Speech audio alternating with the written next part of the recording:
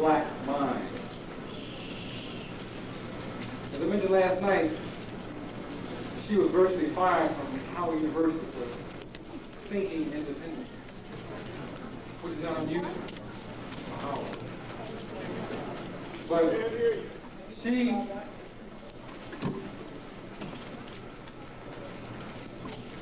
she has done, serious research on this whole question of AIDS. We had her we run a holistic retreat every year over the Memorial holiday. Other people celebrate Memorial Day.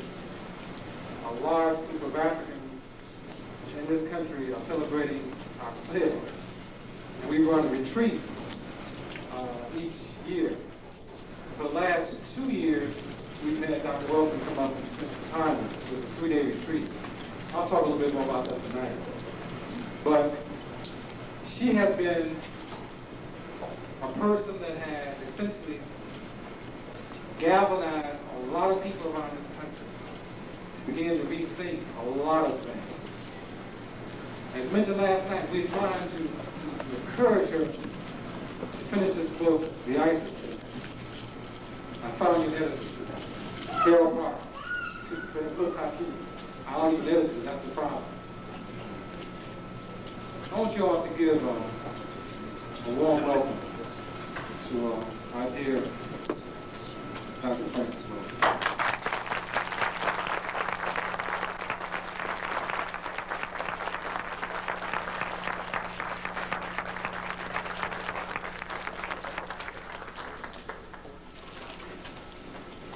Thank you very much, Hakeem.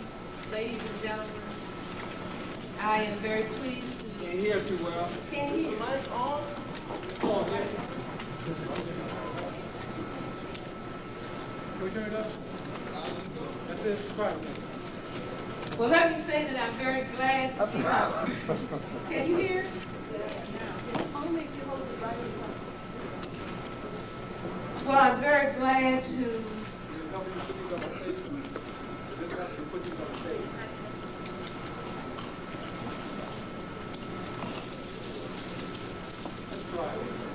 All right, well, I will try to do my best to talk up a little bit. I'm glad to be home and to see my family. I have a mother here and a younger sister and a nephew and an adopted nephew, Tiafni Green. I would like to share on this very important occasion of the 20th anniversary of Third World CRESS. I would like to share with this audience some of my thinking and to share some conclusions about where we are at this point in time in this area of the world and throughout the world. I would like to begin by maybe making these remarks a memorial tribute to Mayor Harold Washington. All right. That I was shocked to hear of his death in Washington. And I was shocked at how shocked I was, if you understand what I'm saying. That I walked around in a state of shock, and it's still very hard for me to think that he is no longer with us. And as I drove around Chicago from Midway Airport to home and to my sister's house and driving up and down the streets, I kept saying, "Oh, wow, the streets are clean." And it seemed as though there was another vibration in this city where I was born. And I think Harold Washington had a very profound impact. And I like to look at events that we consider to be tragic and say, what kind of lesson is to be learned from something that, we feel is pain? And I believe that there are some very important lessons that we can gain from Mayor Harold Washington. And I think that his passing may be a test for black people in the city of Chicago. And the question is whether or not the people in Chicago, the black people, rise to the occasion to show Harold Washington that he is still here. But we can talk about that further. I think that the thing that we must do as black people is to begin to have a very clear context in which we do our thinking. That events never occur in the abstract. They are always occurring in particular patterns, and they are occurring in relationship to other things. And when I talk to black people across this country, and I've recently come back from England and talked to black people there, and I say that there's a clue to what ails us to some extent, and it's how we greet each other. Many of us greet each other by saying, "What's happening? Hey, what's happening?" And I say that's because we don't really understand what is going on. That when we really understand what is going on, we will be able to say, like some other people, "How do you do?" But we are constantly saying, "What's happening?" Now, I would like to share my idea about what is happening and the context in which I do my thinking and in which I understand world events. And that goes to the issue of white supremacy. You know, we've used the word racism for a long time, or we've used the word discrimination. But I am using the phrase white supremacy and in parenthesis racism. Or the other way around, racism and in parenthesis white supremacy, but the emphasis being on white supremacy. And I say that this is the thing that we must understand. That we are not going to be able to understand black male-female relations. We are not going to be able to understand teenage pregnancy. We are not going to be able to understand drug addiction. We are not going to be able to really understand the tendency to have trash build up around us in the places where we live unless we come to grips with white supremacy. Right on, right on. So what is this white supremacy? And I want everybody to take out a little piece of paper and get a pencil and write this name and write this telephone number down. The name is Neely Fuller, N-E-E-L-Y, Fuller, F-U-L-L-E-R, and his phone number is area code 202-484-5461. This gentleman is the author of a book called The Textbook for Victims of Racism or White Supremacy. I would recommend, this book costs about $25, $25 or $30. I consider it to be a very, very important book. I worked with this gentleman 17 years to get his book published. He is a guard at the Bureau of Engraving in the District of Columbia. This gentleman said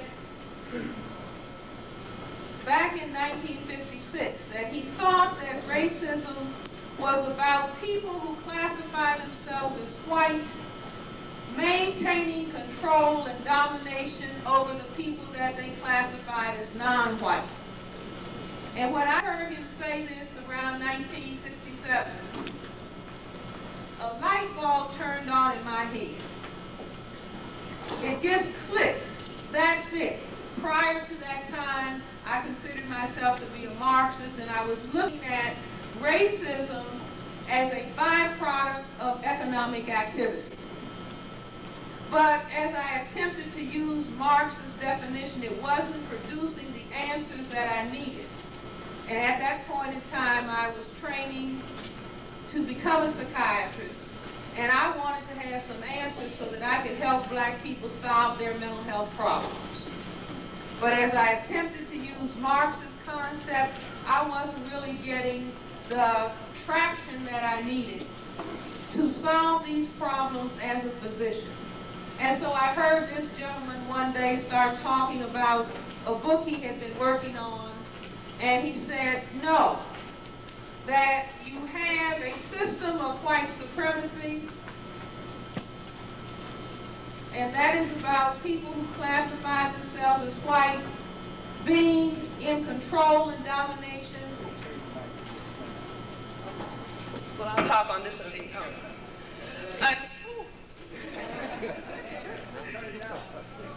Okay? Is that better? No, that's an echo. Can that be turned down a little bit? Okay. Okay. So Fuller said that this system, that white supremacy was a system, and that, listen to this, that this system functioned in the area of economics. This system functioned in the area of education. This system functioned in the area of entertainment, labor, law, politics, religion, sex, and war. Are you all with me? Do you see the difference? Marx was saying that this was causing this, and Fuller said, no, we have a global system of white supremacy that carries out activity in economics, education, entertainment, labor law, politics, meaning all the areas of people activity. So then Frances Welsing comes along and she said, why? Why indeed would these people set up such a system? And the question why is a very important question in psychiatric medicine. The question why is a very important question for the brain-computer period, and that's why anybody who knows a little 2-year-old or 18-month-old, or, you know, probably 2, and they keep saying, why? Why, Mommy? Why? Because this is the question that turns the brain-computer on. It is a question about cause and effect. You see? What is happening so that the brain can say, oh, okay, I've got it now. Now I can understand, and I can move from there to understand many other things. So I said, why would these people do this? And then my education, starting at Douglas Elementary School, Wyndham Phillips High School, Antioch College, Howard Medical School, okay, classmates or whatever, that all of this came together once I raised this question, because this question just said, brain-computer, go to work on this problem. And so I was standing in my kitchen, as a matter of fact, doing dishes or cooking, and the brain-computer came with the printout. And the printout was this, that here we are on this planet Earth, 1/10 of the people have white skin. 9/10 of the people are black, brown, red, and yellow. One of the things that the 1/10 would say is that the 9/10, particularly the black people, were genetically inferior. How many people have heard that? Everybody. So I also understood in training as a psychiatrist, when somebody is pointing, something's wrong with you. Something is wrong with you. Something is wrong with you. Something is wrong with you, that the behavioral scientist knows that the finger that is pointing at somebody else has 3 fingers that are pointing at them. And so I also thought about that, and I said, oh, wow. These people people are telling us that we are genetically inferior, but the same people are genetic recessive. You see, and even if you have not studied formal genetics, everybody in this room, every black person is a scholar in genetics. Because all black people know, don't marry anybody darker than yourself.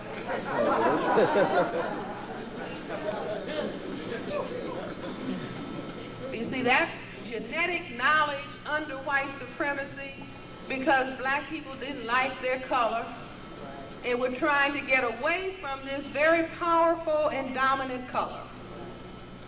But the people who were classified as white learned after they had circumnavigated the globe, and everywhere the people were colored, and those white men who had sexual intercourse with the black women and waited around 9 months, they found out that white plus black is equal to color.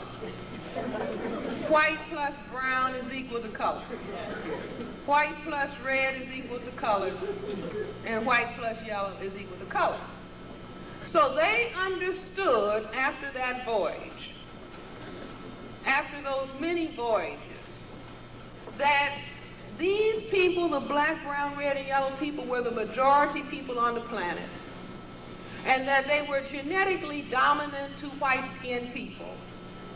And they also made a quick brain-computer calculation that if they did not maintain control and domination over the black, brown, red, and yellow people, that white people could disappear on the planet. Now, black people, and this is what I wrote about in this paper, the CRESS theory of color confrontation racism, that was first discussed in 1970. That's 17 years ago. I was a baby. I'm kidding, okay. But I needed to understand what is going on to begin to make sense of this experience that we have. And being a physician, see, a lot of times some of the other disciplines, they can have a whole lot of ideas, but they are not required to get people well. But when you are required to get people well, and you make your living based on your ability to get people well, there's another dimension. It's not just talking for fun and games. It's a question of, I've got to understand this, because when somebody comes in my office and says, Dr. Welsing, help me with this, I've got to understand enough to be able to help them. And since I was trained as a black psychiatrist that black people didn't have the intelligence to talk about their problems, check it, and that the best treatment for them was drugs, and I said, no way, that I was going to understand what the problems were that black people faced so that I could share that understanding with them and help them solve the problems in their lives. So that my having to understand this, but once I understood it, I said, oh, okay. Now I understand. The discussions that were going on before talking about black male-female relations, you've got to understand that those problems are tied to the system of white supremacy. And they are tied in a particular way. And they are tied in this way. Where's my, oh, here's the eraser. That if the problem that the people who classify themselves as white, if the problem that they face is white supremacy for the purpose of white genetic survival, are you with me? Right. So this is the key. This tiny group of people, this tiny minority of people on the planet are trying to survive genetically. And so their thing, a lot of people say, oh no, their thing is money. They make money. They don't make melanin.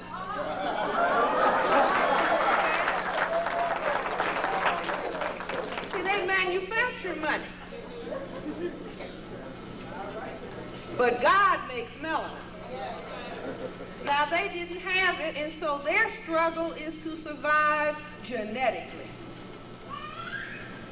Now, black men and black women, we are all equal people. We are not the same. Women are not the same as men, and men are not the same as women.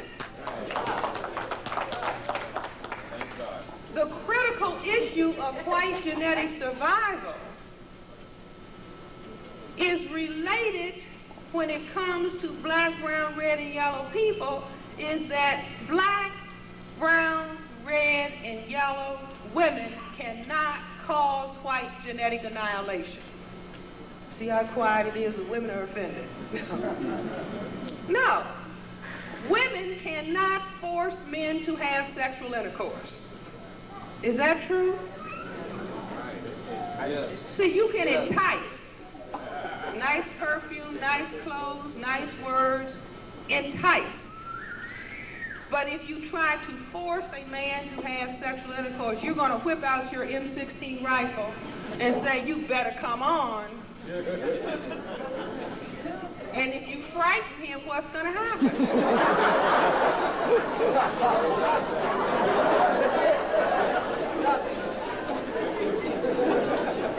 See, now these are basic facts of physiology. It doesn't require anybody to make this up.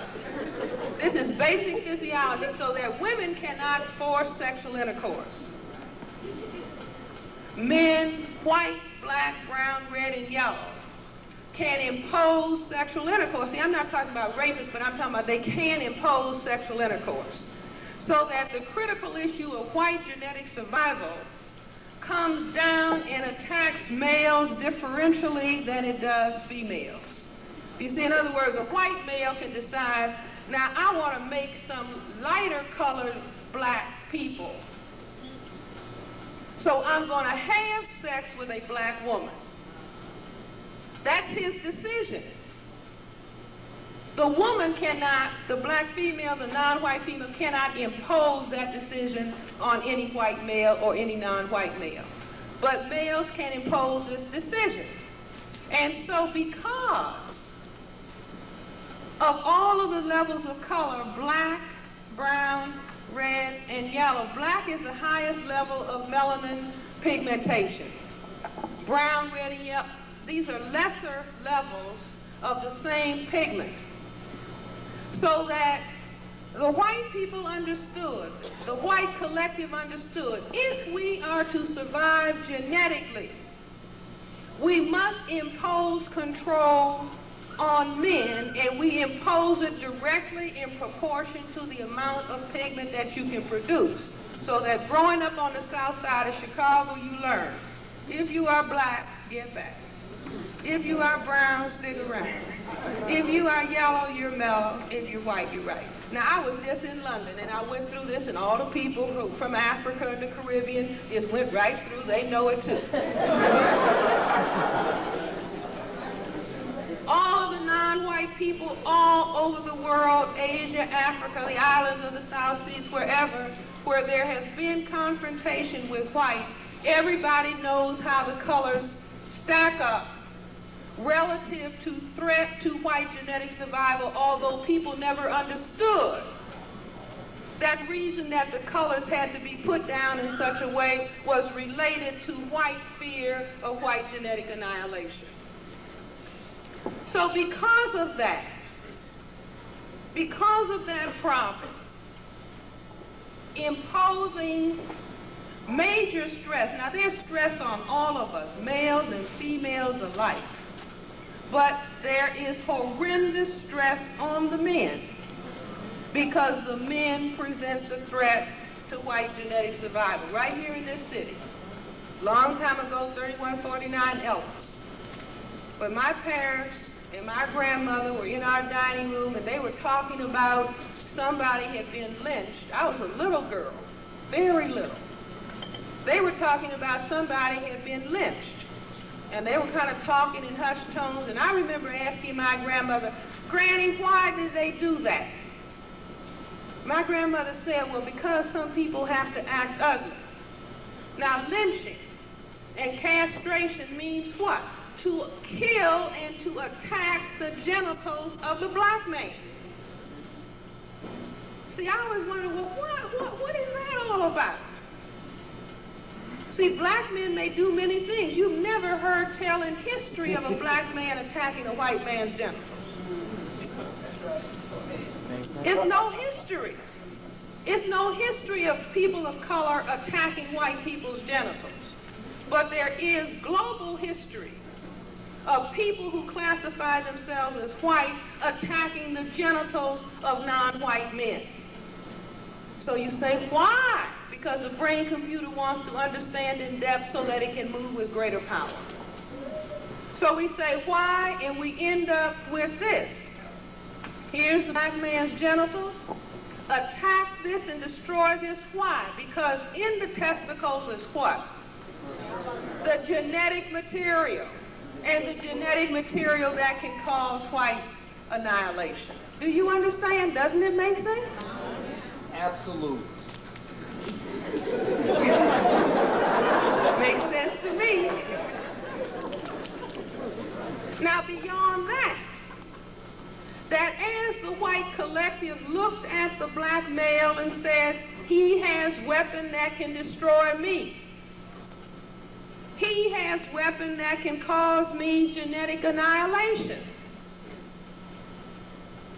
So the white brain computer said, I must create weapons that can do same thing. Must create weapon, can do same thing. Must create weapon. So indeed they did create a weapon. And if you look at, here is the lateral view of the male genitalia. Can you all see it? Absolutely. I'll ask for a model. Absolutely. Absolutely.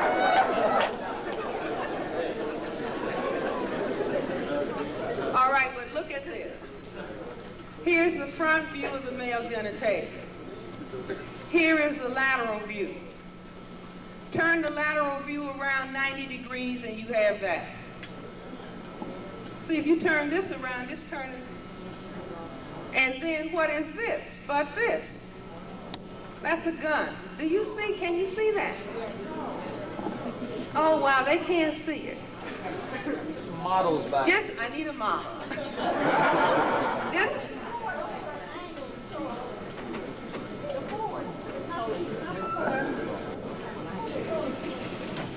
Does that help? See? A volunteer. They want a volunteer.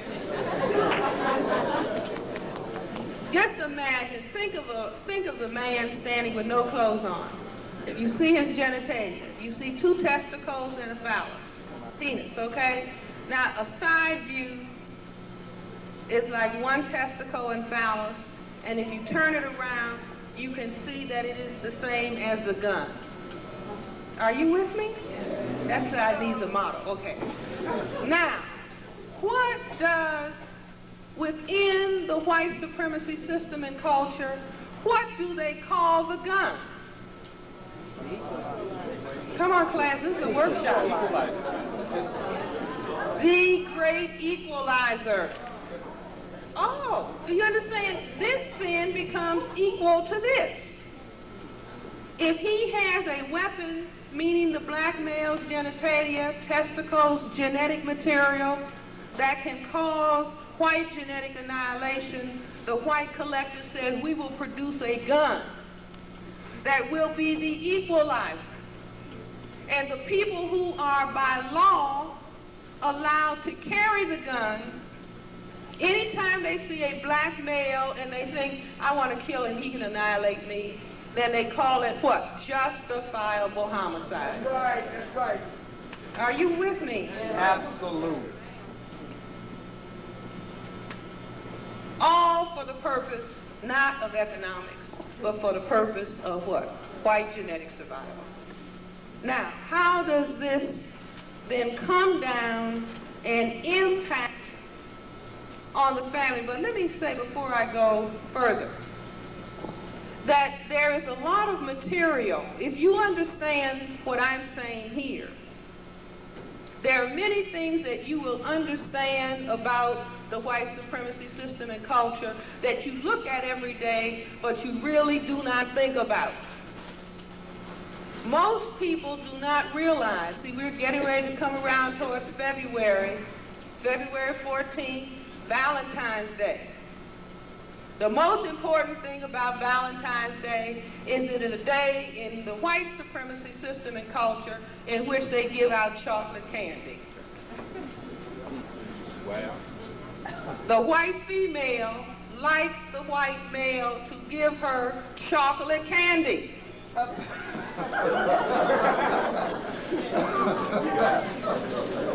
Now, as black females, you see, we follow, you know, whatever they do, that's what we do. We want some chocolate candy, too, without realizing that we already have our chocolate candy.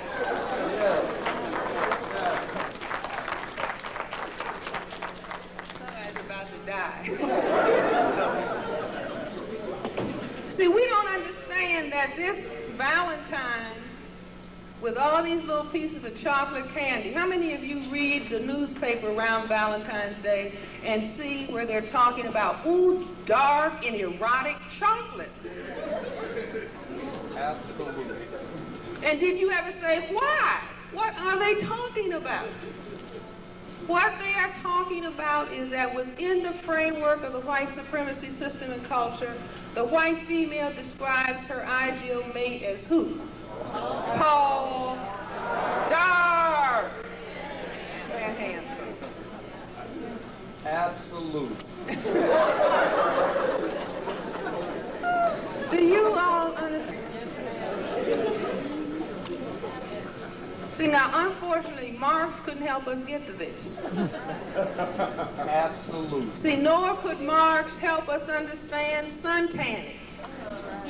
Because while on the south side or the west side or wherever it is that we are as black people, children are learning before they learn to read. The darker you are, the uglier you are. The more color you are, the uglier you're supposed to be. Without our understanding that over on their side of town, they do what? They suntan. Why do they suntan? Because not according to Frances Welsing. According to them, they don't think that they look beautiful unless they have tried to make their skin dark. So like the children say, psych you out.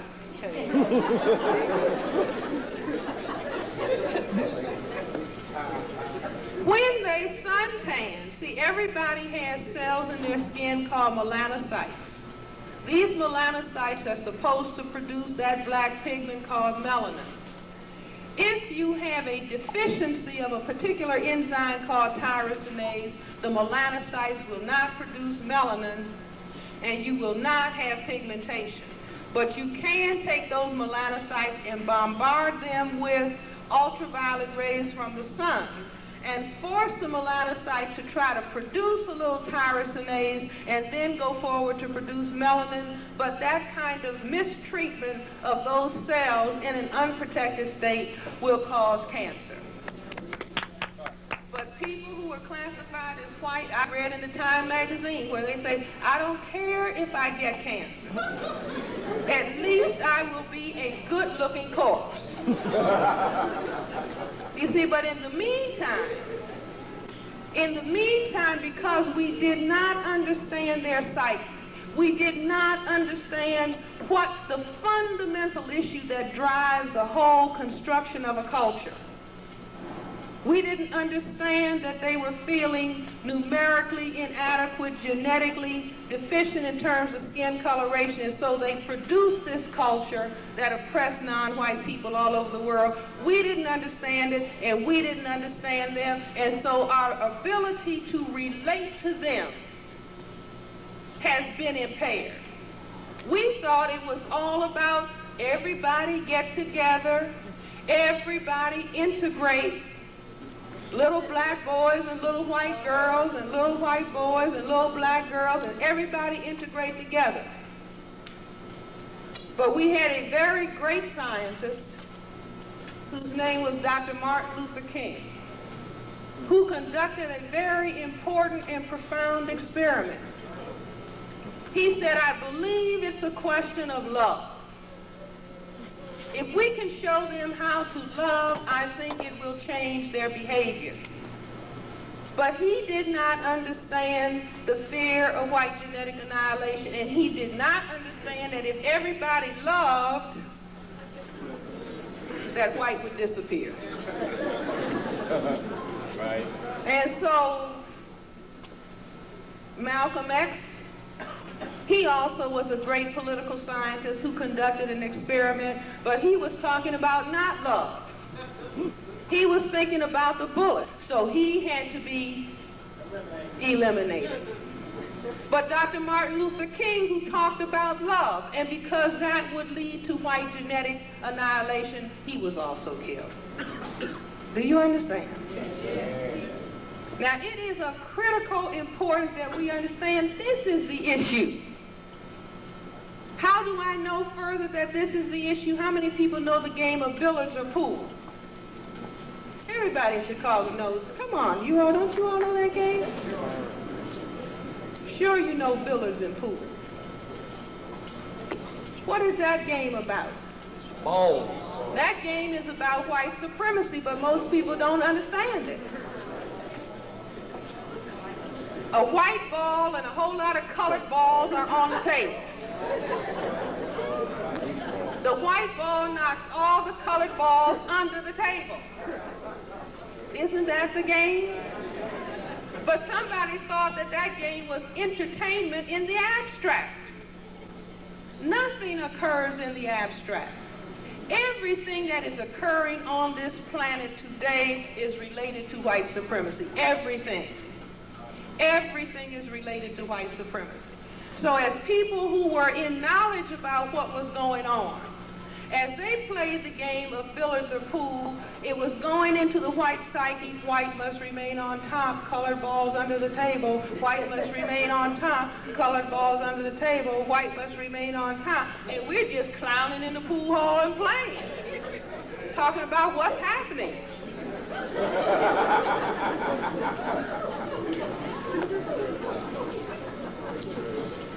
It's just like many people in Chicago watch football, right? People in Chicago watch basketball. What are those games about? Those games also are about balls. And these are the balls that we're talking about. Aren't those balls? See, testicles are called balls. Absolutely. But when we thought balls, we said, oh no, this is just entertainment. And that's why it is reported that somebody interviewed Jimmy Connors, tennis star, and Arthur Ashe. And they was asking, well, what do you think about tennis, Jimmy Connors said, it's a matter of life and death. Arthur Ashe said, it's fun and games. And you see what I'm saying? Because they were coming from when Jimmy Connors is smashing that little white ball across that net with a white opponent. It means one thing to his psyche. It means quite a different thing to Arthur Ashe. But this is a culture that says what? Keep your eye on the ball. We think that they're talking about some basketball or football, period. No, they are talking about these balls. These balls that can cause white genetic annihilation. Absolutely. And that is why the ball games in this culture, and most people don't think about it, that there are two series of ball games. And I won't ask the audience, but the two series are what? Big brown and small white. Absolutely. See, now people play balls all the time and watch balls, but they don't really step back and say, what's going on here? And the reason that I got to this is that one Sunday in Washington, it was so quiet. And I like it to be quiet because you can really think when it's quiet. So I said, what's going on? And then it dawned on me, the ball game. So I said, wait, these ball games mean more than we think they mean. And that's how I understood this. The big brown balls are football, basketball, soccer. See, if you look at the soccer ball, it's got those black patches, so that means underneath is black, it's got a little white covering on it. Okay. Bowling ball, small white, tennis, golf, ping pong, baseball. Okay? But these are the basic ones. Now, the men that are considered to be most virile play what games? Football. Football and basketball, meaning they play with the big brown balls. I see a gentleman laughing so hard he can't write. But do you understand what I'm saying? See, this is symbolic activity. This is activity that goes on at the subconscious level of brain-computer functioning, where the brain is dealing with critical reality without talking about it on the surface. And so the white collective looks at the people who play with the big brown balls as being most virile. And it wasn't always that you had big brown men who were the masters of the big brown ball games. There was a time in which white males only were playing with the big brown and playing with the small white. But they also understood what it is that they were doing at the subconscious level. And look at where these big brown balls go. This big brown football goes into the white upright legs at the end of the field.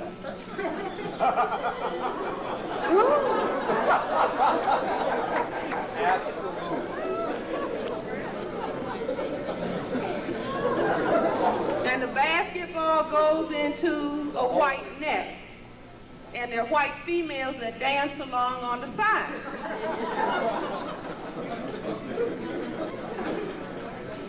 As the white females say, my ideal mate is tall, dark, and handsome with some dark balls. Do you understand? Now, the game that is played by the most powerful white males is what? Golf. Little tiny white ball, long stick, held in between legs. And he's trying to get this little ball in a hole in black Mother Earth. At the same time that within the white supremacy system and culture, white men say they are not men until they have had sexual intercourse with who? A black woman. Do you understand what I'm saying, ladies and gentlemen? Absolutely. See, this is very important because if you don't understand, see, the reason that we're spacing around and white can't get it together because we do not know the game that is on the table. We do not understand what actually is going on, but I can guarantee you the reason that a tiny minority of people on this planet can control the whole planet, it is because whether they speak Russian or whether they speak English, whether they say they are Republican or whether they say they are Democrat, or whether they say they are socialist or capitalist or communist, that is on the surface. The bottom fundamental line is white genetic survival. And that's what last week's activities were about in Washington.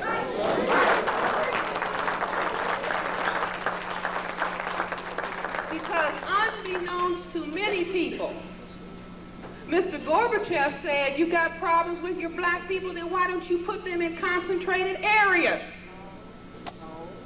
like we have our people. Yes. You don't see any of the non-white people that make up the majority of the people in the USSR, so-called. No, that was just one white brother who is in charge of that group of non-white people. And so if you read your newspaper carefully, you will know that 1/3 of the Afghanistan people have been killed. Non-white people in the interest of white genetic survival. And so what we see is the big white brothers, the real biggies, now coming together to work more effectively together and stop wasting all this energy pretending that they are at war with one another.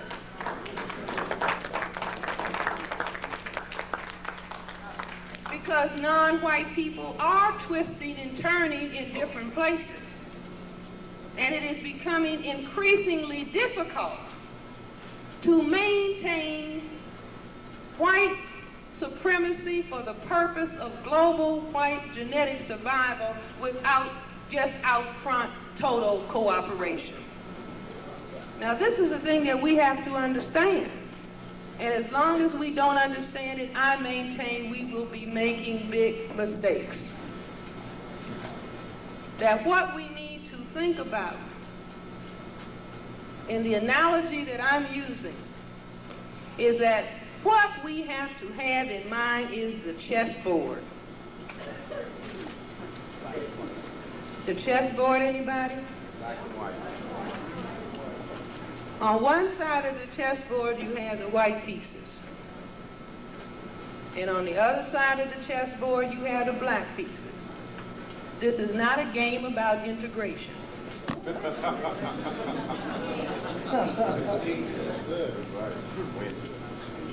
This is a game, it is not a game about hatred. It is a game in which white plays one side of the board and black plays the other. But what is the object of the game of chess? Kill the king. That's a B answer. C answer. The object of the game of chess is for the white king to checkmate the black king. Why? Because white always moves first. White always moves first. So that white is playing offense, defense, and black has to play defense, offense. But you can win chess playing the black side of the chessboard. You can't win it if you are thinking you can ask the white side to give you some points. You cannot win it if you think that the game is about the black king punching out the black queen or the black queen punching out the black king. You cannot win it if you think the job of the pawns is to punch out the bishops and for the queen to kill the knights. Anybody who is going to play championship level chess knows that the game is for black to focus on white and for white to focus on black. Do you understand? See how quiet it is? Oh, Jesus. Does that mean that we really are going to be required to get along with each other? That's right. Does it mean that we have to work together across the board? Absolutely. Yes, it does. This, to me, is the challenge that has been left by Harold Washington, because he showed by giving his life the level of struggle that has to be carried out if a black person is really going to do anything. The challenge that we are facing is whether can we look at the chessboard? Can we get comfortable playing the black side of the chessboard to victory? This is a side of the chessboard, let us say, that is playing for white supremacy for the purpose of white genetic survival. And this side of the chessboard has to play for justice. Not killing and destroying all white people, that's not what I'm talking about. But there must be neutralization of a minority of people on the planet controlling the majority. If you say that you understand what is happening in South Africa, that is a situation in which there are 4 million people who classify themselves as white and 22 million black people. And when they say by any means necessary we are going to maintain white power, otherwise we will lose our national identity, they are saying if we don't control the 22 million that we will be genetically annihilated. But I can tell, see, the vibrations have gone down to almost 0 in here. Yes, they are. And I'm going to tell you why they've gone down to 0. That once we are required to face up to what is happening, this is a very dangerous and deadly situation. Because it is my point of view that the AIDS virus was man-made.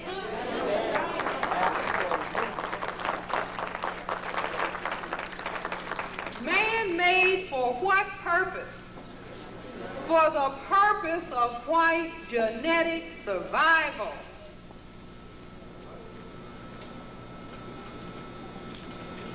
Maintaining white supremacy is war that is conducted against black, brown, red, and yellow people for the purpose of white genetic survival. It is a deadly game of war. All people who were raised up under lynching and castration know how deadly it is. All the people who are standing on the corner without jobs, all the people who are treating their depression with heroin and cocaine or alcohol know how deadly it is. All the people who know through training that men who classify themselves as white do not permit non-white men to look at them straight in the eye. Absolutely. Beyond 4 seconds. Do you understand what I'm saying? Now I can feel the vibes. Why do we have to talk about this?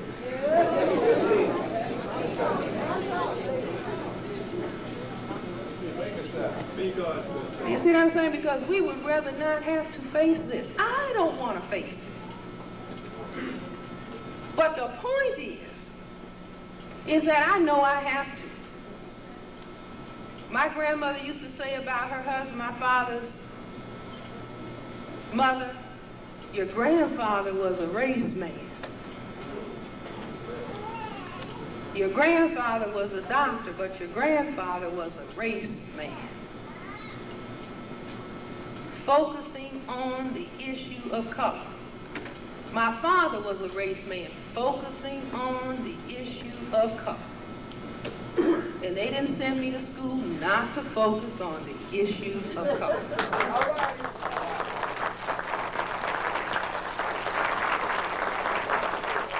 No, we have to look at this. Because there is not one problem that is going to be solved. There's not a problem that is going to be solved in a black household between a man and a woman if they are not doing the Nelson and Winnie Mandela pattern. And what is the Nelson and Winnie Mandela pattern? They have been separated for how long? 26 years, 20-something years. But every time you hear their name, you think of them as being together. Because it's a black king and a black queen looking at the white side of the chessboard. In their respective locations. And what comes about as a result of that? See, if I'm just trying to play house, you understand? Whether it's male or female, just trying to play house, white supremacy is coming in the window. You think it's the hawk, that's white supremacy.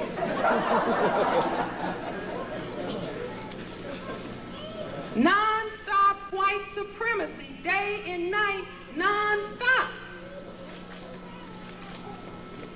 And if there were some black men that would testify, you see, because we are being required to what? Face the truth. The truth is going to set us free. Absolutely. See, we can get some witnesses in here that will stand up in front of the church. See, the church is just a place where they tell truth. The church. The reason that I ran around is because I didn't really feel like a man. I was trying to get convinced. And when I got to the next lady, I wasn't convinced, and I had to go on to the next. But the problem is not the ladies. The problem is white supremacy. White supremacy says, no, you are not going to be a man. Now, I've already given you a model on television. Now, the program is not there, but I've already told you, flip. See, you're not going to be a man. If you are a man, you can cause me white genetic annihilation. I can't have that. So I'm going to turn you into women. Flipping back and forth between dressing as a male and dressing as a female. And then I come on down to good times. Good times is when you are not employed. Good times for me. See, just like when the Romans were dealing with Jesus 2,000 years ago, Jesus was a black man. The Romans were conducting white supremacy. Absolutely. Right. If Rome remained white, they had to be conducting white supremacy. And it's a clue in his name, Jesus. That means just us.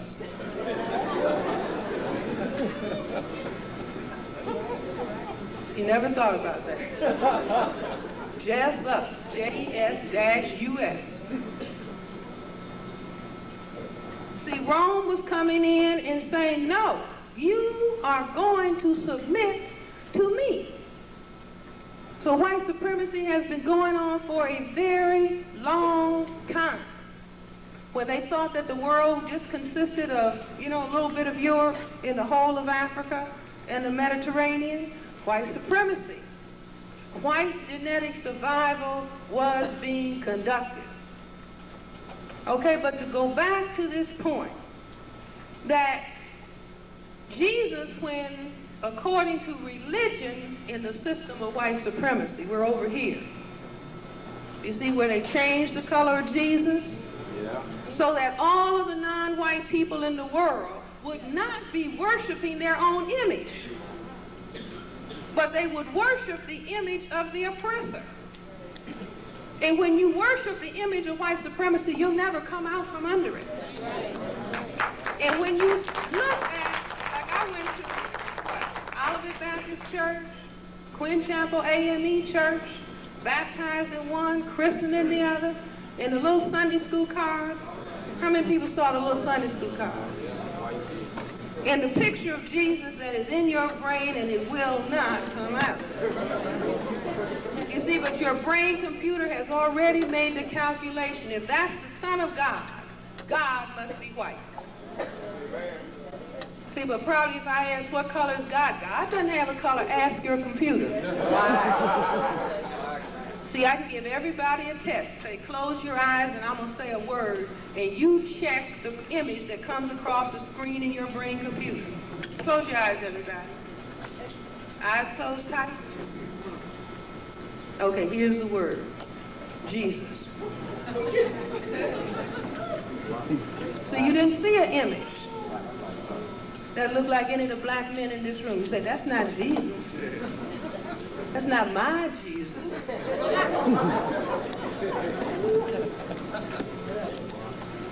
Do you all understand? See, a system is made to turn out a particular product. This particular system has been designed for the purpose of white genetic survival. And so it is a system of programming the brain computer in all of these areas of activity to achieve this objective. Now what we have to do is decode the game that is on the table. It's like if you don't play chess, you can sit down a long time and watch two people who are playing and then figure out exactly what the game is. And so what we are talking about is understanding the game that is on the table, decoding the system of white supremacy, reorganizing behavior from being victims of white supremacy, turning it into people who will be able to neutralize and checkmate white supremacy. But it will take understanding that we are afraid to deal with white supremacy. I'm going to tell you, I'm proof right here. You can lose your job talking about white supremacy.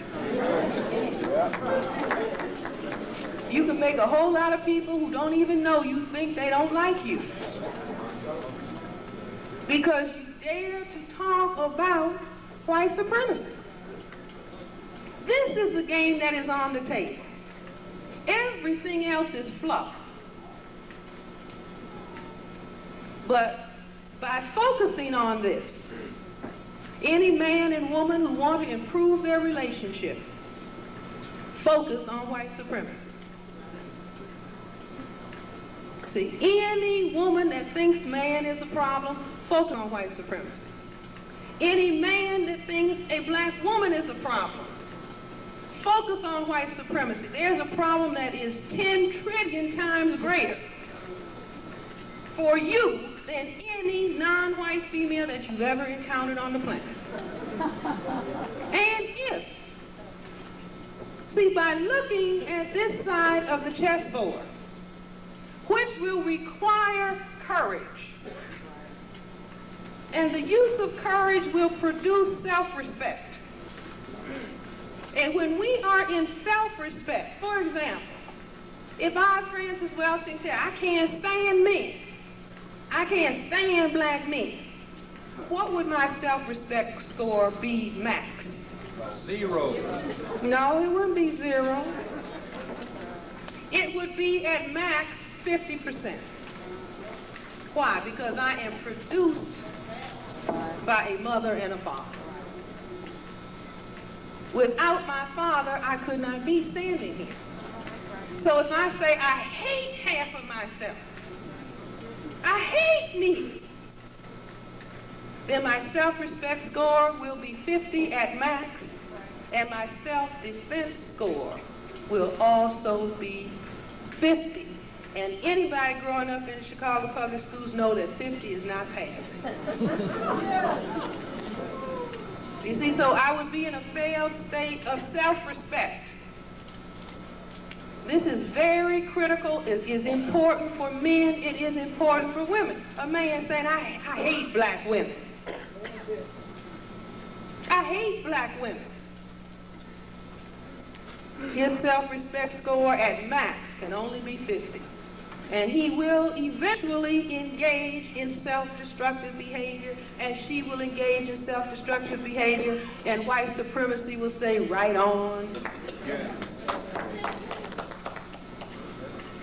See, this is of critical importance because white supremacy said, now what I'm going to do is that it's very difficult to maintain control with guns all the time. I have to have a much more efficient and effective manner to achieve what I need to achieve.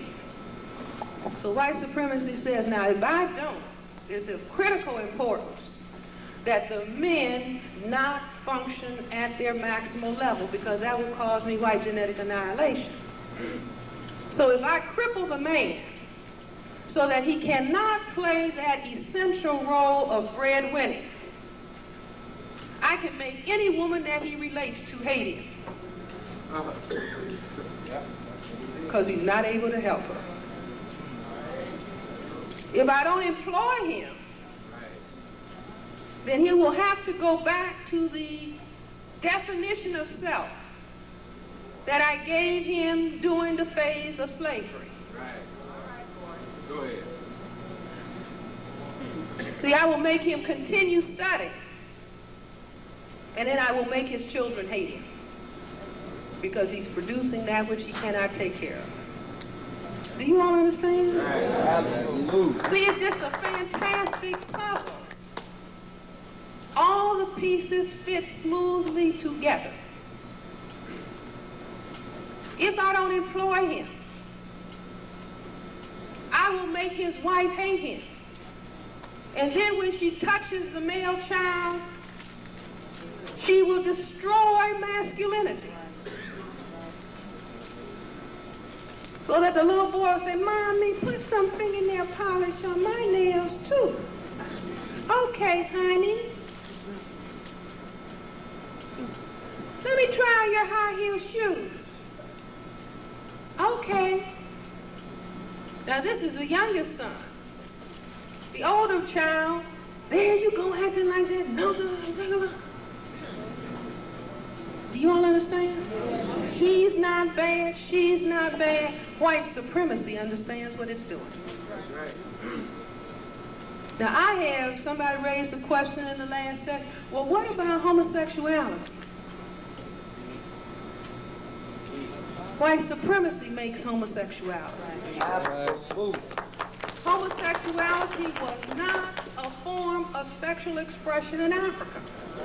Right. It was the dominant form of sexual expression in Greece and Rome. That's right. That's right. Absolutely. Right. What was going on? I say what was going on is this. Here's the big giant continent of Africa. All these black people. Some people play black Africa. The whole of Africa is black.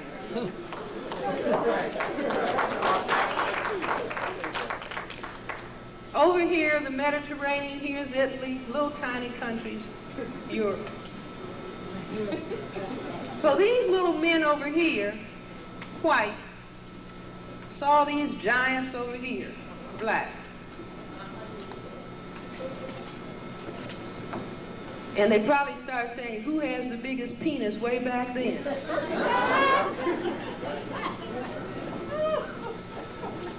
Absolute. So I say that the men on the northern side of the Mediterranean said, gosh.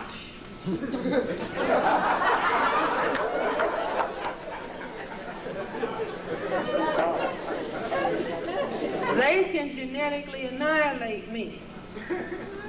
And I think it's also bigger.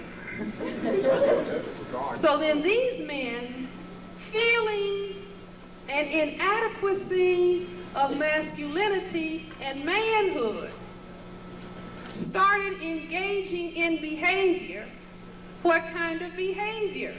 See, male homosexual behavior is what? Putting the penis in the mouth or putting it in the anus. The mouth and the anus are opposite ends of the gastrointestinal tract.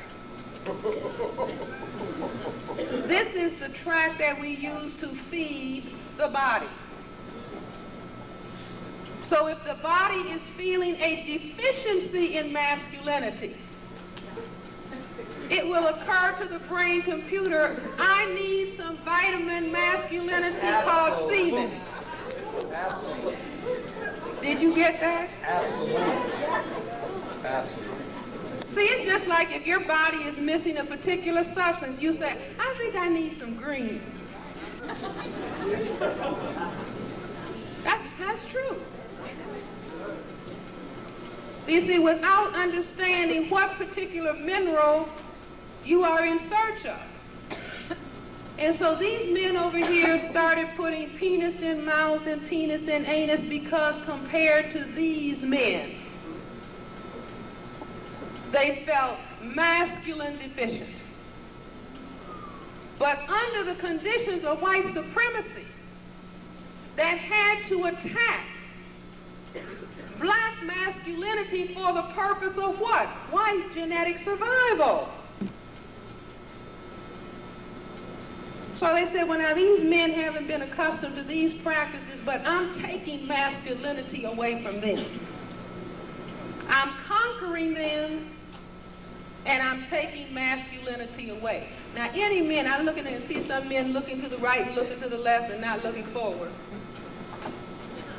Don't be upset. Don't be upset. The strongest men in this room are those who can say, we have been conquered by the oppressor. I am glad to announce, yes, we have been conquered. If the Bears lose a football game, do they have a problem saying we lost that one? See, actually, if the brain computer believes in the potential that is there, one can say we've lost the last million tournaments. It just means that we have to study the field or study the board. It doesn't mean turn around and run from the reality. So that the challenge for the rest of the 1980s is, can we face the reality? See, you don't enslave a people who have not been beaten. We were beaten. They were running white genetic survival, and I can even go further back in the story than that. Because what I believe happened was black people were the first people on the planet. Everybody with that? At some point in time, black people start producing albino mutants, and any black person can produce an albino mutant, somebody who doesn't have color. All they have to do is have a genetic mutation in the production of melanin. So for some reason, there were some albinos being produced in Africa, and the Africans put them out. In the same way that if a person, a baby is born genetic defective, they put the baby in an institution. So the African people put the white babies out. And the babies are up here in Europe. Cross the Sahara, cross the burning sands, up here in Europe. And then they collected together over a long period of time, and then they came back and started raising hell. You see, causing is like, and then what do they say about the founding of Rome? Rome was found by who? Romulus and Remus. The little white babies who were suckling on a wolf. Because what? Mother and father had put them out. And so then they circle back around and take mother and father out of Africa and bring them over to the New World and say, now you're going to nurse a little white baby. Do you understand? And then they call a black woman mammy and uncle and auntie. Do you all understand? I'm talking about what seems to be the flow of history, but here we are. Now injustice has been established. And we are the victims of injustice who must rise to the occasion facing truth and fix things right again. We must understand. We must understand. You see, because after they enslaved us and destroyed the black family and said, you're not going to function. And so we are in a state of dysfunction. The majority of black children are in what? Single-parent households. We have huge numbers of children that are producing children. No child can rear a child to be a soldier. No child can rear a child to be a soldier. And if you bring children in the world and you can't take care of them, so they're passed from one foster home to another foster home, to another foster home, to another foster home. Not only are you making children who are going to become drug addicts and alcoholics, but you are setting up children to be sexually abused. And I am telling you, if anybody in this room doesn't understand what is happening to children who have been, what? Produced without responsibility. That these children are being dogged and degraded, it will make the strongest man cry if he dared to read the history. It is a living, crying shame what is happening to hundreds of thousands of black children under white supremacy. But white supremacy is not going to change it. It is up to black people to study the chessboard and say never another black child is going to be born to a child. Never another black child is going to be born and then given away to the slave master and say, you raise it. Do you all understand what I'm saying? I'm saying my view. No black woman should have a child until she's 30. No black man should become a father until he's 35. No more than 2. No closer together than 3 years apart. Why? Because we are going to win this war. All right.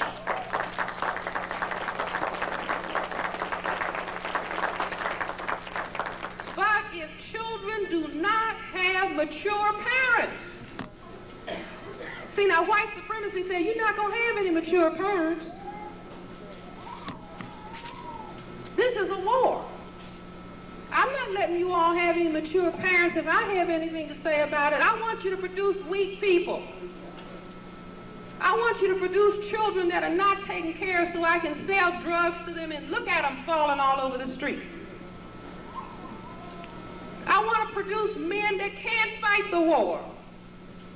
I want to look at it and feel strong and powerful and white.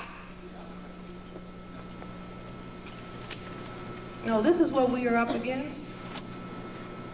So it's a big game that is on the field. It's not about, I'm going to do my own thing. You don't go on a football field and I'm going to do my own thing, and the coach says, get off the field. You don't go on a basketball court, I'm going to do my own thing. You don't even sit down with checkers, I'm going to do my own thing. No, you play the game that is on the table. We are being required to play this game of justice against white supremacy. It cannot be done with weak people. It cannot be done with children who do not get their lap time. See, lap time, I ask some children, what is lap time? How many times you run around the field? No, lap time is the time that little children require to get their emotional bearing by being able to sit on a mature lap and not have somebody say, get down, boy, get down, you're too big. Get down, girl, get off of my lap. You see I got this baby? You understand what I'm saying? Now the conditions have been produced, because if you don't give children lap time, they will become obsessed with sex. Did you get it? I gotta have some. I got to have some. Ooh, I gotta get me some. House is burning. I gotta get some. Seriously. See, if you don't meet the emotional needs, if mature parents are not available, children will look for a sexual outlet to be close. And a little teenage girl, I want to have a baby, Dr. Welsing. I can take care of this baby. She's 13. I'm going to love this baby. This baby's going to love me. Little boy, little girl, if you love me, you're going to have my baby. Yeah, I'm going to have a baby for you. Little boy wants to be loved. Little girl wants to be loved under the conditions of white supremacy. It is going to be a disaster. Children who do not get their emotional needs met cannot sit still in the first grade. And then somebody will say, oh, he's hyperactive. I think we need to put him on medication. Do you all understand? Absolutely. Somebody with the first child at 14 and by the time they're 22 is 6 children. Do you understand? She's overwhelmed. It is no way possible for somebody 22 to meet the emotional needs of 2 children. Do you understand? We must master what has happened to us under white supremacy. We are not dumb, we are not stupid, but a war machine has rolled over us. A war machine that now includes AIDS. Oh, it started in Africa. Oh, the green monkey. It started in a laboratory. Is this like when the stock market fell because of whatever people who classify themselves as white were doing or failing to do? They said it was Black Monday.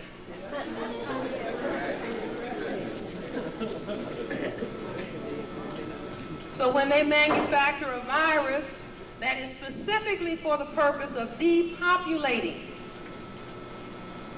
I have to reduce the numbers of black people because it is too much for me to deal with. So if I just gave it to them straight, then they would say, oh, wait a minute, how come only black people have it? So what I'm going to do is give it to the white homosexuals, who I think are weak white men, and so I can get rid of them, and then it'll look like it's a black-white thing, too. So people who study history will say, wait a minute, isn't that the same plan that Hitler had? Before Hitler destroyed 6 million Semites of the Jewish religion because he said they were not white people. And he took the white homosexuals out in front. We have exactly the same dynamic going on that went on in Nazi Germany. Hitler backed up trucks to the mental institutions and gassed those people. What do? We're going to let them out and let them walk around the streets where they don't have shelter, don't have decent food. And so within about 4 years, many of them will be dead. Just a variation on the theme. All kind of homeless people with no place to live. So we have the same dynamic that is coming down here that went down in Germany under their particular situation of white supremacy. No education being done amongst black people. I called Surgeon General Coop's office a year ago. I said, you all keep talking about large numbers of black people are going to have AIDS. And I said, but you are not educating in a public health manner. You are not educating black people. You have to go on the television over and over again. You have to go on the radio that black people listen to over and over again and educate them about AIDS. The spokeswoman in his office said, well, it's too bad some people just won't find out. And I said, I cannot believe you're saying this to me. And there was silence on the other end. In London, the black people are not being educated about AIDS. In this area of the world, the black people are not being educated about AIDS. And if you read the newspaper, I look at 3 newspapers every day. And if you look at the newspapers and read, you will see what they're saying. Oh, well, we won't be able to reach the drug addicts. Now, that's an impossible population. You just can't reach them. That's not true. You take a sound truck if you want to. And you can go and educate them. After every soap opera, you can have educational information, not about condoms. No, they said they brought the condom issue so they wouldn't have to educate. They want us to talk about condoms, and so then they will have a big side distracting argument going on about condoms so that they do not do public health education. The way that I know that AIDS is biological warfare is because there's no education that is going on. If it was a real public health disaster, it would be all kinds of education going on. And I found a book in February of 1987 called A Survey of Chemical and Biological Warfare, in which they describe a disease. The book was published in 1969. And they describe a disease exactly like AIDS, called green monkey disease, vervet monkey disease. Can be venereally transmitted, unlike any other organism, can be used for biological warfare purposes. It said that right in the book. Now here comes this green monkey again with the same disease that they're saying just came out of the blue in Africa.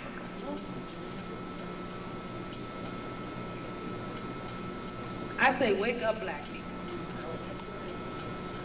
Demonstrate your self-respect by being courageous, looking at the truth, be willing to change your behavior. Many black people that I talk to, have you changed your behavior in the presence of AIDS? No.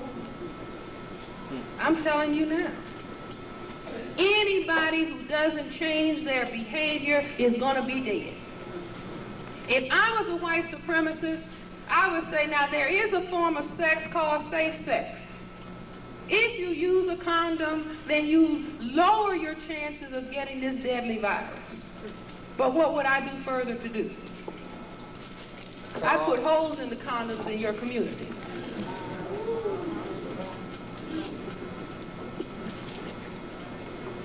And do you know, I was talking at a Unitarian church to some people a week ago, and I was saying this, and so two people that I was talking to said, didn't you see the article where they found all these condoms that had holes in them?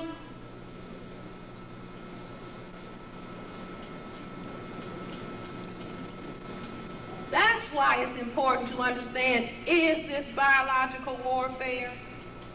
If you think it's just economics, you won't understand white genetic survival. And you won't understand when the brain computer that is concerned about white genetic survival will be pushed to say we have to use germ warfare on these people. You won't even understand it. If you don't understand white genetic survival, you won't understand how they could calculate to destroy 6 million who look to us like they were white. But they said, no, they are not white. They came out of Africa. They are a mixture of Greek and Roman soldiers and African women. They miscegenated for close to 2,000 years with white people, lost a lot of their color, but the white people said they still are not white. We just had a case of the lady in New Orleans, right? Who said, well, I'm white. I look as white. And the judge said, what? You are not white. Do you all understand? Absolutely.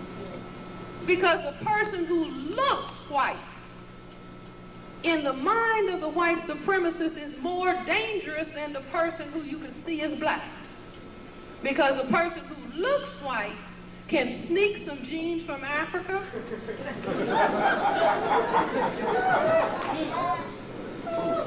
and cause white genetic annihilation. You have to understand the mindset of the person that you're dealing with. We were in trouble as black people because we thought we think, and so we said, well, they think like us. They were coming from a different point. They were coming from the point of white genetic survival. And so if I could bend my knees, I would get down on my knees and beg, please understand white genetic survival. Please understand it. Please understand what you are dealing with. If I had my way, we would put all the boogie downers, boogie down, put all those records aside. that when justice prevails on the planet, we can pull them out. Do you understand what I'm saying? Like our children can dance like geniuses. But do they understand white supremacy? They can dance like geniuses, but do they know math? The descendants of the people who built the pyramids don't know math. Do you understand what I'm saying? Can dance like geniuses, but can't read. Dr. Welsing, I don't like reading. I don't want to read. It's not the children's fault. I mean, we're looking at television, looking at television, looking at television, looking at television, where all the information is coming in through my ears.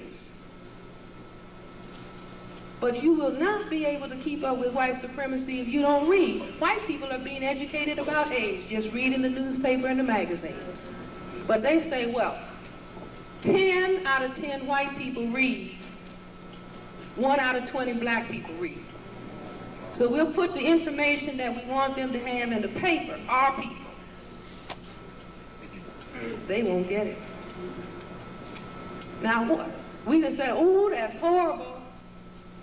But when somebody makes a bad play on the football field, you say, well, they're doing their number. They're trying to score for their team. The white people are playing for white genetic survival. And if you don't believe it, listen to their spokespersons. Who are their spokespersons? Nazis, Klan, those are just the outspoken people who are supporting white supremacy. And so they come out and tell you in clear language, but we want to just dismiss them. I say, don't dismiss them. That's right. Listen to them. Read what it is that they are saying. They are talking about white genetic survival. And every single person who classifies themselves as white understands what it is that they are talking about. And that's why the nice people in Germany allowed people who were classified as non-white to be taken out of their neighborhoods, put in trucks, or put on trains and killed.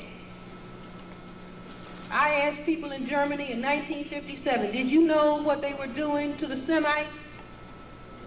And they looked at their shoes, meaning yes, they knew. And if you think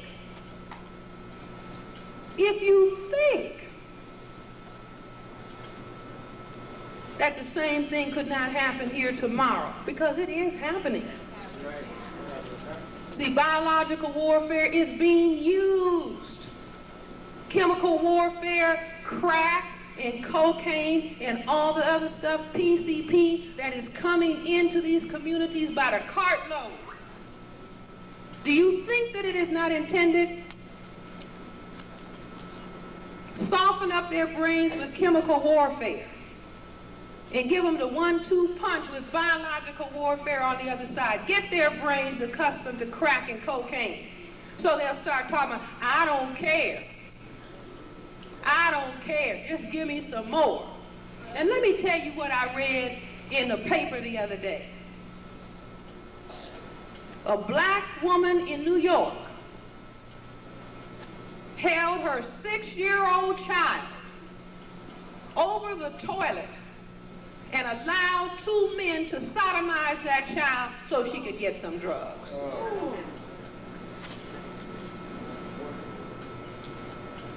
That's white supremacy. Soften the brain up so anything, I'll do anything, anything, I'll do anything, just give me some more cocaine. Do you all understand? Absolutely. This is the war that is being waged against us. Now we can play around and we cannot look at it and say we don't want to think about it. We can do it if we want to. I say that the Semites of the Jewish religion, they used to squabble about God's chosen people. They're chosen. And debate what were they chosen to do. And I decided in my own mind that they were chosen to show all of the non-white people in the world that no matter how light-skinned you get, no matter how many degrees you have, no matter what kind of car you have, no matter how many diamonds you have, no matter how many fur coats you have, no matter if you are a judge, no matter if you are a doctor, no matter if you are a professor, that when the hammer of white supremacy comes down, you are going to get it.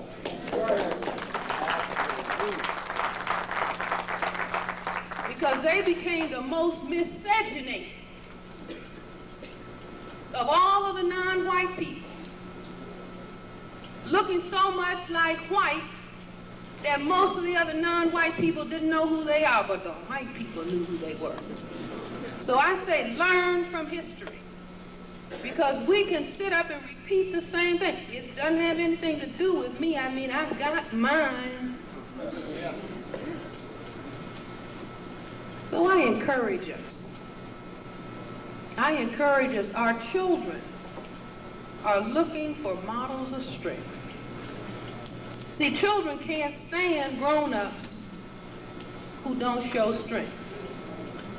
See, children want to be able to lean up against you and not have you tilt over to the other side. The children are crying for strength.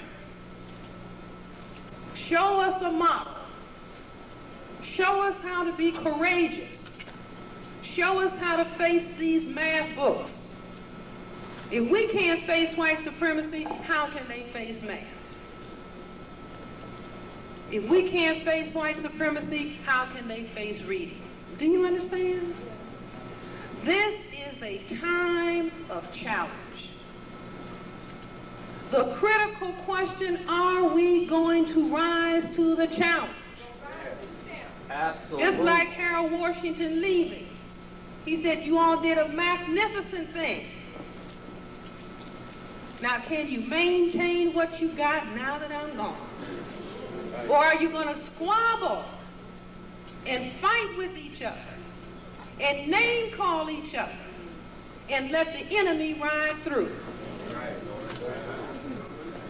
You see, because I do think he understood something about the bigger picture. The bigger picture doesn't have anything to do with us as individual people doing our thing. It's can we man our positions on the black side of the chessboard? Can we man our positions and not fight with each other, but be courageous enough to look in the direction of the enemy? Let me suggest these things to you. In Mr. Neely Fuller's book, The Textbook for Victims of White Supremacy, he listed 10 things that he said that people, victims of white supremacy, who are intent on bringing justice to the planet, what they can do with their individual behavior or what they can work on. Stop name-calling one another.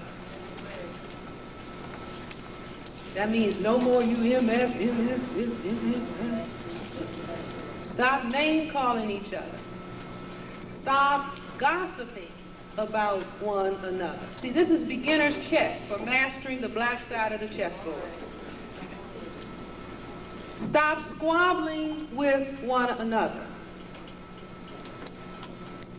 Stop snitching on one another. This is going to be very important for Chicago, because snitching means informing to racists for reasons of personal gain.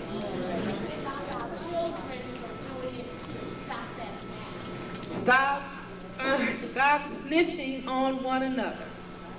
Stop being discourteous to one another. Stop being disrespectful to one another. Stop stealing from one another. Stop robbing one another. Stop fighting one another. Stop killing one another. And I add, stop using and selling drugs to one another. And last but not least, stop throwing trash.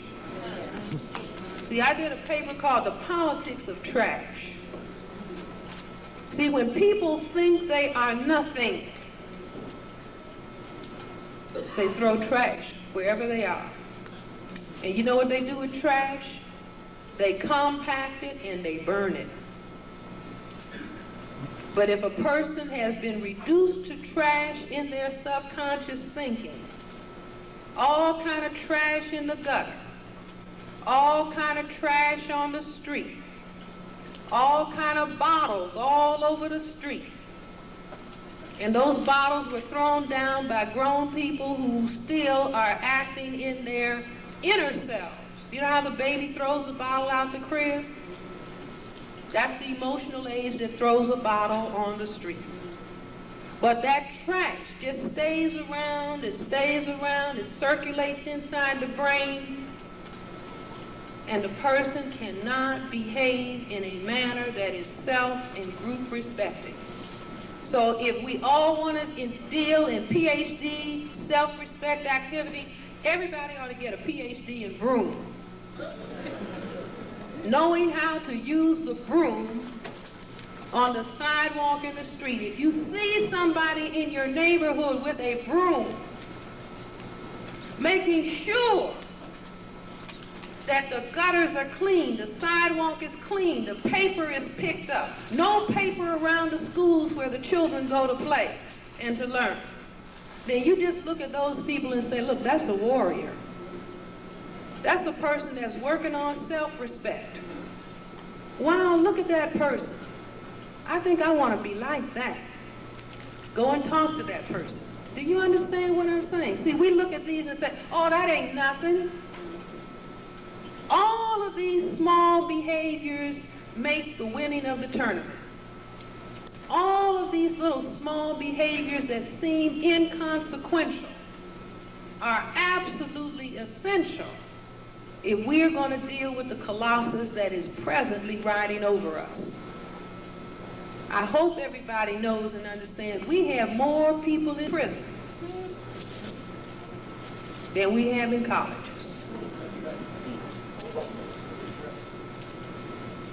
And what is that? White supremacy.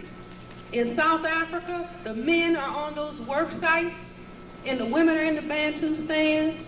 In this area of the world, the men are in the prisons, and the women are in the projects. It's just a difference in place. The same dynamic is going on. Keep them apart so they will not produce. Keep them apart so that they will not cause white genetic annihilation. And so what is the counter move on the board here? Not going to jail. See, not going to jail. Like when I talk to junior high school students and high school students in D.C., you're not doing something against the man to rob and steal. That whole thing was set up. From the time that daddy didn't have a job, mother didn't have a job, and you got to steal to eat, it's just like setting a trap for a mouse. I want you to steal because I'm going to put you in jail. And you're going to be in jail, and you're going to have sex with one another, and I'm going to steadily turn you into women. That's the calculation. So this is where we must begin to be wise enough to understand. These things are not happening by accident. Nobody is buying drugs on the sly. No, they want us to buy the drugs. If they said, I want you to buy the drugs, then you would say, well, how come? So they say, no, this is illegal. You're not supposed to really get this, right? They sit up and say, now we're going to put thus and so supply out here, and they don't understand. So they'll be killing each other, and then that'll help us because they're reducing their number by about 365 in all the major cities a year. This is excellent. We're really making quite a bit of progress. In Haiti, we have them slashing each other with machetes. In South Africa, we have them putting tires around each other. And in the States, we have them shooting each other. They're doing a superb job. Have you seen what an outstanding job they're doing in Detroit? Absolutely. So many of them are killing each other. We don't really have to worry about that. Do you all understand? White genetic survival. Let me stop. Maybe you all want to ask some questions. Thank you.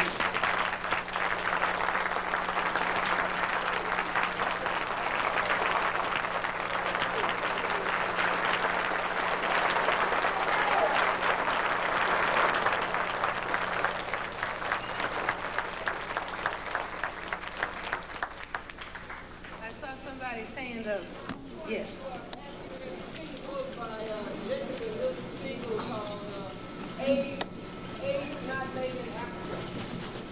No, I haven't seen that particular book.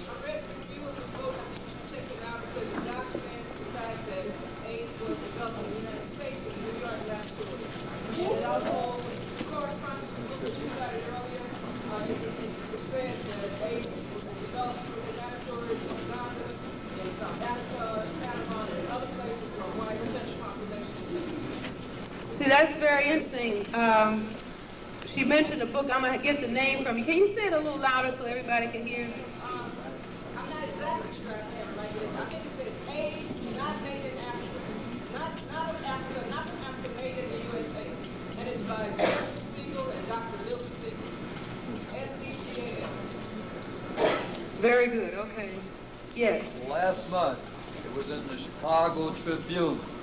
And if you don't know how to find it, you go down to 435 North Michigan, and it is there. It's in the Chicago Tribune, exactly what she said. Okay. Definitely is there, made in New York. I see. For blacks. Okay, very good. Yes. Dr. Welsing, I sent an article to dozens of people, many of whom have it, speaking of the same thing. The World Health Organization cultivated AIDS between 1969 and 1974 in the lab. They used killer diseases from various animals. I think there was sheep and various other types of animals. It was cultivated, and its purpose, well, you pointed that out, of course, but I'd like to send you a copy of that article. The World Health Organization are the ones, however, who cultivate it. Right, let me just add this, that if black people would just say, wait a minute, there are all these centers for the development of chemical and biological warfare, and here's this strange disease that is hitting us, and with our understanding of racism, we are going to say that this is biological warfare until proven otherwise. You see? And so you at least say, we must consider this, because one thing I didn't say, how many of you are aware of the Tuskegee syphilis experiment? Now, if the United States Government Public Health Service and the Center for Disease Control in Atlanta would conduct syphilis experiments on black men from 1932 until 1972, for us to say that they would not develop AIDS, that's like you have to be naive. And so we have to say, no, if you would develop the syphilis experiment and conduct that for 40 years, then we have to consider, the first thing we must consider is that this is biological warfare and we want it stopped. Yes. Real loud, I can't hear you. I want to say first that I respect you and I respect all the brothers here. But I have a question in terms of the chemical warfare. And it's been mentioned in our children. It's interesting to me that I read an article where they were saying that in the chemical that they're putting into the curl kit, it's some type of radiation, okay? Radioisotope, right. Now, it makes sense to me that if you have to put gloves on to put this stuff on your head, what is it doing?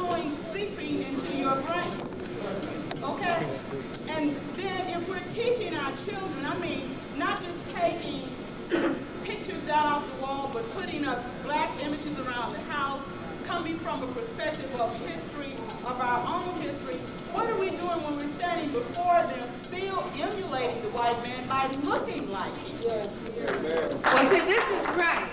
This is true, and this is very heavy. You see, it's just like the blue and green contact lens. Now, everybody has the right to do what they want with themselves. But certainly we have to think, what actually am I doing? What am I saying about myself? How can I fall in love, you see, with green and blue eyes before I have fallen in love with my black self? And I asked her, because I had a student who came into my classroom, and she just got away. And I guess the petition had fixed it where, you know, the curl, the bang would come down across the forehead. Mm-hmm. And all of her skin was eaten away to where it was oozing and bleeding. Okay, now I'm a registered nurse and I teach nursing. And I just could not understand why she wanted to do that. She said because she wanted to look pretty. Now that makes no sense to me, and I have to ask myself this question, and I ask my sisters and brothers that here too. What are we doing when we do these things? Are we asking ourselves, what are we doing, or are we brain dead? See, well, this is what I'm thinking. See, we have, again, it's just like if you look at television, and just monitor in the space of an hour how many white images you are seeing. Do you understand what I'm saying? So that's going into your brain computer.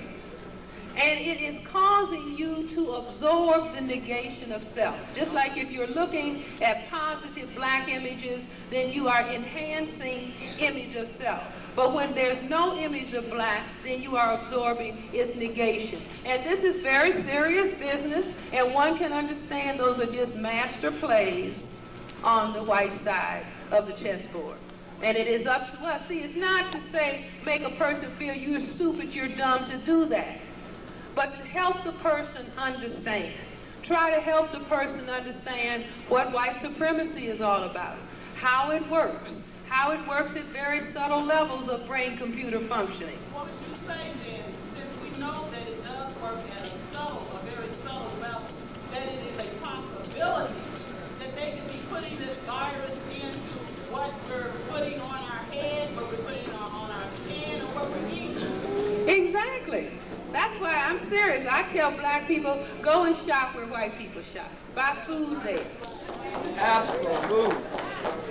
You see, because in other words, I'm saying white genetic survival by any necessary means. And if somebody would produce AIDS, then they would produce anything back from that. This is the most horrific, unnatural thing that has ever been on this planet, where the very act of producing life has to be brought into check. Do you understand what I'm saying? This is so unnatural that it is inconceivable in the mind of a humane being. So anything back from that. So I'm not saying, you know, you can't walk around just afraid to move, but you do have to walk around and open up your brain computer to think. Because the way that I found this book on chemical and biological warfare was just telling my brain I'm interested in AIDS. And my brain led me to a bookstore I'd never been in before and walked to the back of the bookstore, and there is this book. Came home, sat on the bed, opened it up, right to the page where they were talking about vervet monkey disease. So open your brains up. Tell your brain that you are interested in black self-respect, that you are going to help produce justice on the planet, and our brains will guide us as to what it is that we must do to checkmate this evil. Yes, sir.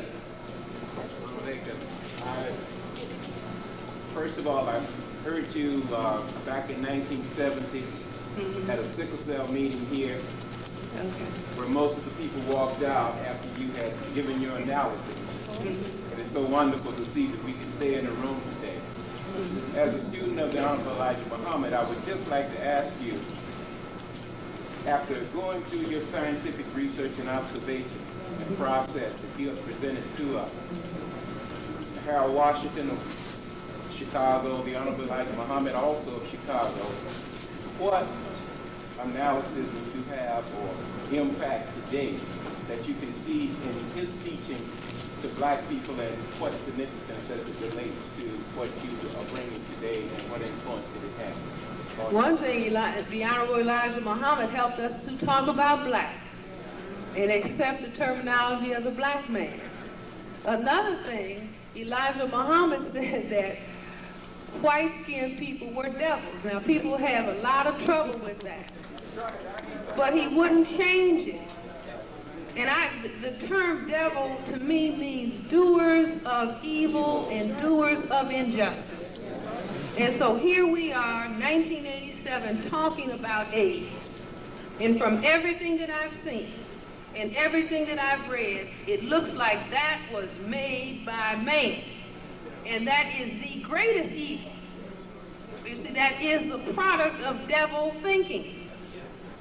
So that people have to go back and look at what was this great man saying to us. You see, and learn from that. I mean, we look at the Honorable Elijah Muhammad and we talk about drug addiction. He took more black men off of drugs than any other program.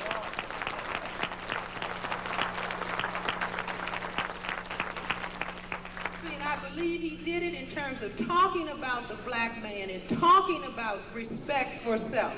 That enabled, if the drugs are a product of being taught by white supremacy oppression, and he was given an antidote by talking about respecting your black self and pride in yourself and stand up. You see, and so that became like an antidote for the state of depression that the drugs were treating. Last question.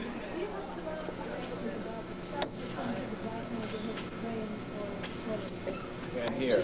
She said, do I have any observations about the trucks that come through the black neighborhood spraying? I don't really know what those are. They come through the black neighborhood spraying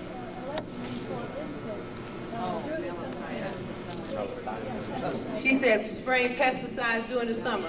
I don't know. But you see, but somebody can go and say, what is in the spray, raise questions. And let me say, out of problems, some positive things can happen. AIDS has produced a situation in which people have to start thinking and thinking and thinking about the level of sexual activity. I say it gives us a lot of time to go to the library. Use that time and go to the library. One other thing, and I must stop. I have 60 copies of the CRESS theory. If anybody would like to buy it, and my sister will have it, I think over on the side there, if anybody would like it. Don't move. Wait. Okay. Sorry. I do not want to insult your elegant personality, but will you please include in your genocide white supremacy to have us people to have these white doctors stop bringing our women in, and then maybe they have a little infection and they turn them up and remove all their female organs to annihilate the race. Please include that. Everybody got that point. Okay. Wait a minute. I want Frances Welsing to make a promise to you all, because it don't matter to me. You ain't told me. When are you going to deliver the book to Third World Press? All right. Very, very, very, very soon.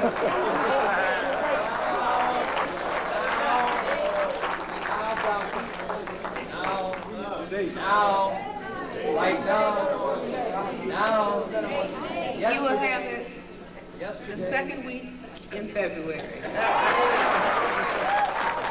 All right. Hold tight for a minute. Let's give Dr. Wilson a big hand.